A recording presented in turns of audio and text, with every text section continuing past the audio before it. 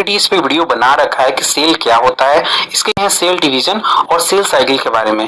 दोस्तों अगर आपको सेल के बारे में पता नहीं है तो हमने ऑलरेडी इस पे वीडियो बना रखा है कि सेल क्या होता है, इसके कितने टाइप्स होते हैं, हर चीज के बारे में हमने उसमें डीपली एक्सप्लेन कर रखा है। तो सबसे पहले उस वीडियो को देखिए, उसके बाद इस वीडियो को देखिए ताकि आपका पूरा कॉन्सेप्ट क्लियर हो जाए।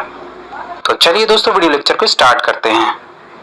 दोस्तों हमारे बॉडी के अंदर पुराना सेल डिवाइड होकर नए सेल का निर्माण करता है। इसी को हम सेल डिवीजन या फिर कोशिका विभाजन कहते हैं। सेल डिवीजन को सबसे पहले 1955 में बिरचाओ ने देखा था। दोस्तों यहाँ हम एक क्वेश्चन से इस वीडियो लेक्चर को स्टार्ट करते हैं कि आखिरकार सेल डिवाइड क्यों होता है, इसको जरा हम समझ लेते हैं। तो देखिए, जब हमारे बॉडी में सेल डेड हो जाता है, डैमेज हो जाता है या सेल पुराना हो जाता है तो उस सेल को रिप्लेस करने के लिए सेल डिवाइड होता है ताकि हमारा बॉडी ग्रो कर सके। किसी भी ऑर्गेनिज्म का ग्रोथ सेल का साइज बढ़ने से नहीं होता है बल्कि सेल डिवीजन के द्वारा ही होता है। दोस्तों प्रोकैरियोटिक जो सेल होता है उसका डिवीजन यूकैरियोटिक सेल से बिल्कुल ही अलग होता है। कोई भी जीव एक सिंगल सेल से मिलकर बना होता है और जब वह ग्रो होता है तो प्रतिदिन लगभग 2 ट्रिलियन सेल को डिवाइड करता है। सेल डिवीजन में डिवाइड होने वाले सेल को पेरेंट सेल कहते हैं। पेरेंट सेल अनेक डॉटर सेल में डिवाइड हो जाता है और इस प्रोसेस को सेल साइकिल कहा जाता है। दोस्तों सेल का जो डिवीजन होता है वह मेनली 3 तरीकों से होता है। फर्स्ट अमाइटोसिस डिवीजन, जिसको हिंदी में असूत्री विभाजन कहते हैं। सेकेंड है माइटोसिस डिवीजन, जो हिंदी में उसको समसूत्री विभाजन बोलते हैं। थर्ड है मायोसिस डिवीजन, जिसको अर्धसूत्री विभाजन कहते हैं। तो चलिए हम फर्स्ट समझते हैं अमाइटोसिस डिवीजन मतलब असूत्री विभाजन के बारे में। तो देखिए, यह जो डिवीजन होता है वो bacteria, blue green अलगी, east, amoeba और प्रोटोजोआ जैसे अविकसित सेल में होता है। इस डिवीजन में सबसे पहले सेल का न्यूक्लियस डिवाइड होता है, उसके बाद साइटोप्लाज्म डिवाइड होता है और लास्ट में 2 नया डॉटर सेल्स बनता है। दोस्तों यूकैरियोटिक सेल 24 घंटे में एक बार डिवाइड होता है। सेल साइकिल को हम 2 फेज में डिवाइड कर सकते हैं। फर्स्ट है इंटरफेज और सेकंड है एम फेज। एम फेज का मतलब होता है माइटोसिस फेज। तो दोस्तों हम फर्स्ट बात कर लेते हैं इंटरफेज के बारे में। देखिए, इंटरफेज जो टोटल टाइम का 95% टाइम कंज्यूम करता है, इसको हम फर्दर 3 पार्ट में या फिर 3 फेज में हम डिवाइड कर सकते हैं। फर्स्ट है G1 मतलब गैप 1 फेज, सेकेंड है एस फेज मतलब सिंथेसिस फेज और थर्ड है G2 फेज मतलब होता है गैप 2 फेज। फर्स्ट फेज मतलब गैप 1 फेज की हम बात कर लेते हैं। इस फेज में सेल का सभी ऑर्गेनेल्स तथा साइटोप्लाज्मिक कंपोनेंट जो होता है वो रिप्लिकेट होता है। सेकेंड हम बात करते हैं एस फेज मतलब सिंथेसिस फेज।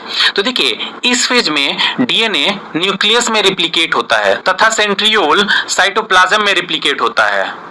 थर्ड हम बात करते हैं G2 मतलब गैप 2 फेज के बारे में। तो देखिए, गैप 2 फेज में माइटोसिस को बनाने के लिए प्रोटीन बनता है जिससे कि सेल को एनर्जी मिल सके और ग्रो कर सके, और इसी फेज के बाद माइटोसिस बनना स्टार्ट होता है। दोस्तों सेकेंड हम बात कर लेते हैं एम फेज मतलब माइटोसिस फेज या फिर माइटोसिस डिवीजन के बारे में। तो देखिए, माइटोसिस डिवीजन को सोमैटिक डिवीजन भी कहा जाता है क्योंकि यह डिवीजन सोमैटिक सेल में होता है। दोस्तों एनिमल सेल में माइटोसिस डिवीजन को सबसे पहले वाल्टर फ्लेमिंग ने 1879 ईस्वी में देखा था और उन्होंने ही इसे माइटोसिस नाम दिया था। माइटोसिस फेज एक ऐसा फेज होता है जिसमें एक्चुअल में सेल का डिवीजन स्टार्ट होता है और यह स्टार्ट न्यूक्लियर के डिवीजन से होता है तथा साइटोप्लाज्म के डिवीजन पर खत्म होता है। दोस्तों माइटोसिस को मेनली हम 4 पार्ट में डिवाइड कर सकते हैं। First prophase, second metaphase, third anaphase और फोर्थ टीलोफेज। तो चलिए एक एक करके इन सबको हम समझने की कोशिश करते हैं। तो फर्स्ट हम बात करते हैं प्रोफेज के बारे में। तो दोस्तों इस फेज में क्रोमोसोम्स बनता है तथा दोनों सिस्टर क्रोमैटिड्स एक दूसरे से सेंट्रोमेयर से जुड़ा रहता है। दोस्तों यहाँ पर सेंट्रियोल्स क्रोमोसोम्स को ब्रेक डाउन करने के लिए बहुत ही इंपॉर्टेंट रोल निभाता है। सेंट्रियोल माइक्रोट्यूब्यूल्स को अच्छे से अरेंज करने के लिए एक दूसरे के अपोजिट पोल पे चले जाते हैं। इसके साथ ही न्यूक्लियर इन्वेलप ब्रेक डाउन हो जाता है।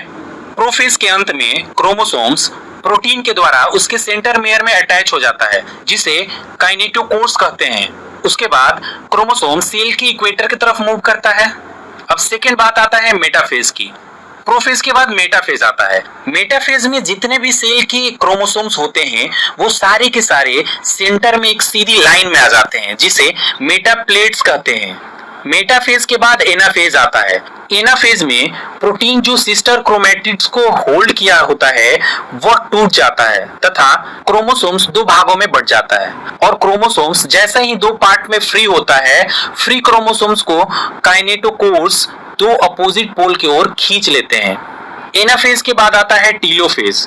दोस्तों, टीलोफेज में सेल के सेंटर में क्लीवेज फॉरो बनता है और दोनों पोल पर न्यूक्लियर इन्वेलप तैयार हो जाता है।